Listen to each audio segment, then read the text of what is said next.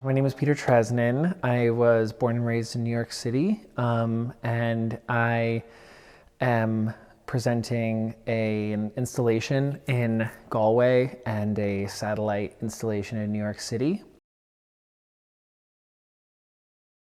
I guess I would identify as a painter primarily, who also uses video and some public practice and social practice in their work.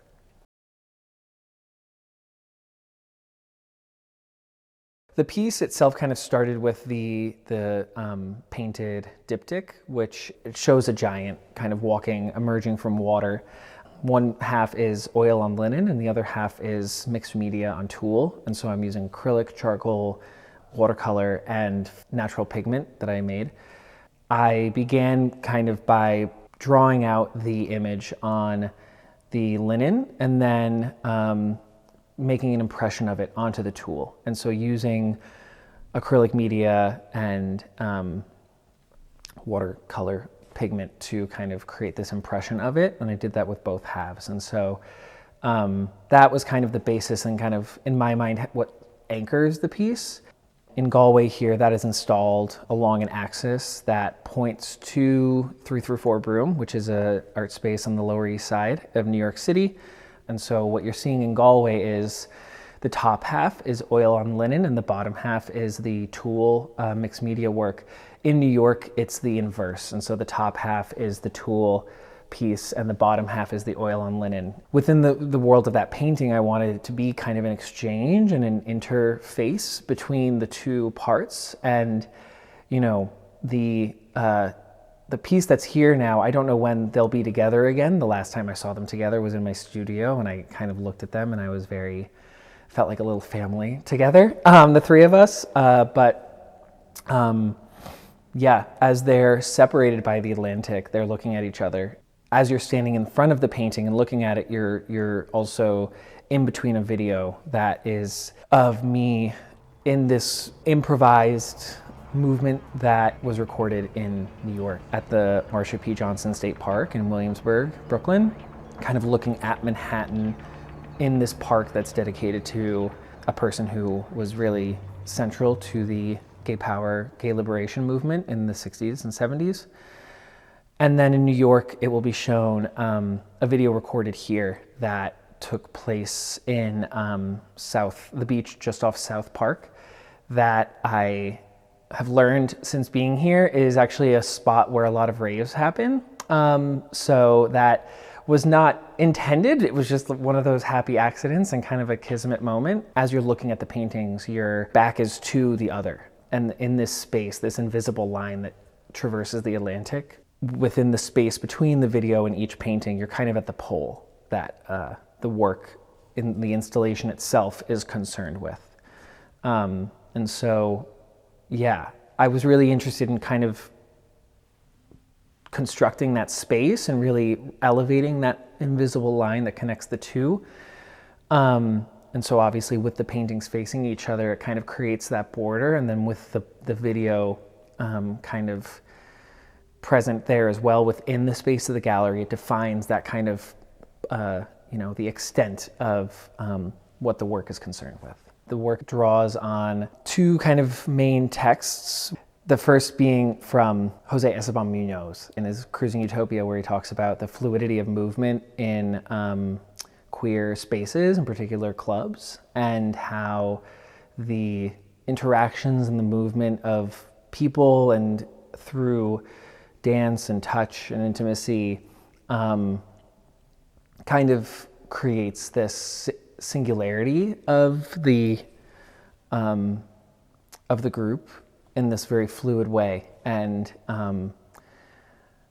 at the same time, I was also thinking a lot of Frantz Fanon and talking about the way that oppressed people express creatively and how it reflects the desires of the oppressed to overthrow the oppressor. And in particular, in The Wretched of the Earth, he talks about like dance as being something that is, it can be violent and it can be very dramatic, but it reflects desires of the oppressed group to overthrow the oppressor. And so in creating the work, I was inspired by these two things and thinking about how, as a queer person who is interested in the lived experiences of queer people and the internal worlds that we create within ourselves and around ourselves, and how I can reflect those worlds and those realities,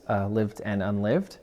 And then in this work, I was really kind of exploring these two ideas together, and how Ireland, as being a place that was kind of one of the first colonial projects of the British Empire, and the centuries-long resistance to that, and the eventual kind of liberation of Ireland from the Crown and from the United Kingdom, can be kind of used as an exemplar for queer liberation and the autonomy and agency of queer people and trans people in their bodies and in their selves and in these worlds that are created around us. And when I'm thinking about queerness, I'm also thinking about it not just in terms of sexuality and gender identity. I'm kind of thinking of a definition of queerness where it's anything that deviates from the line that's drawn out for you at birth of what your life is meant to be.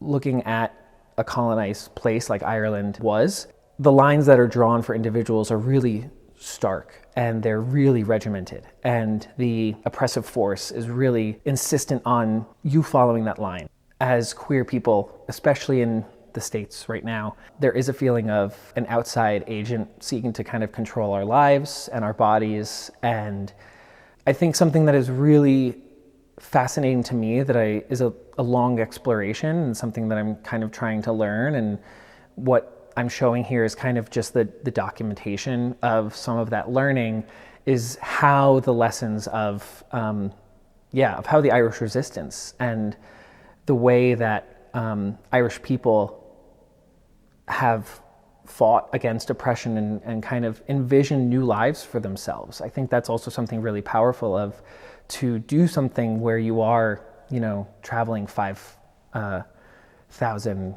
miles, 5,000 kilometers in pursuit of something that is not clear, it's not defined, it's very abstract, there's no photos of what it looks like.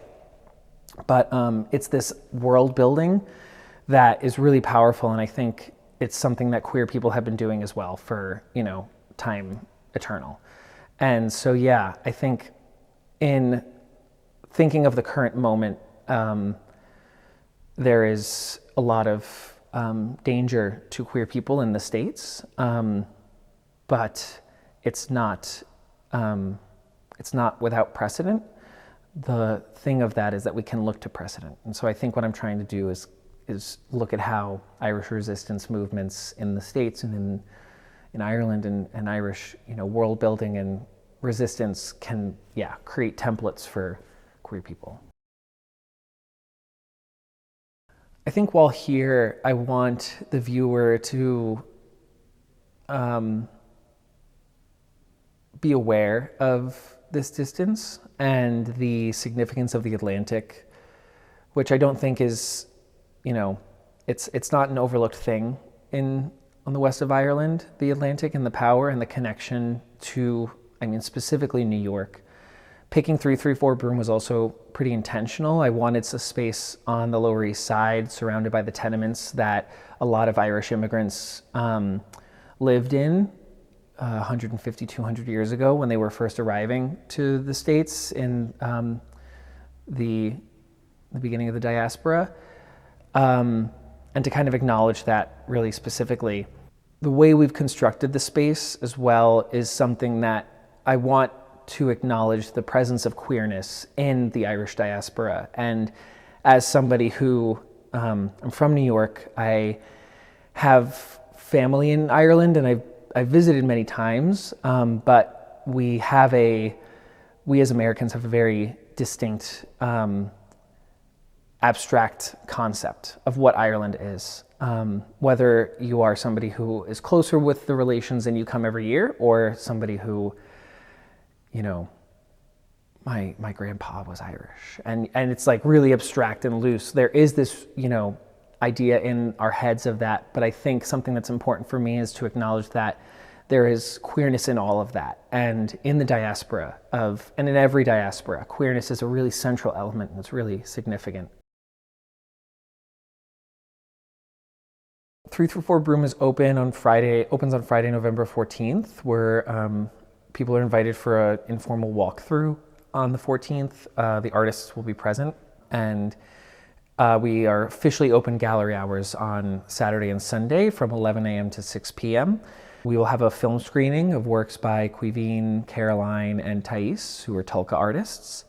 Finding connections and ways for community to kind of become involved was really important for the installation.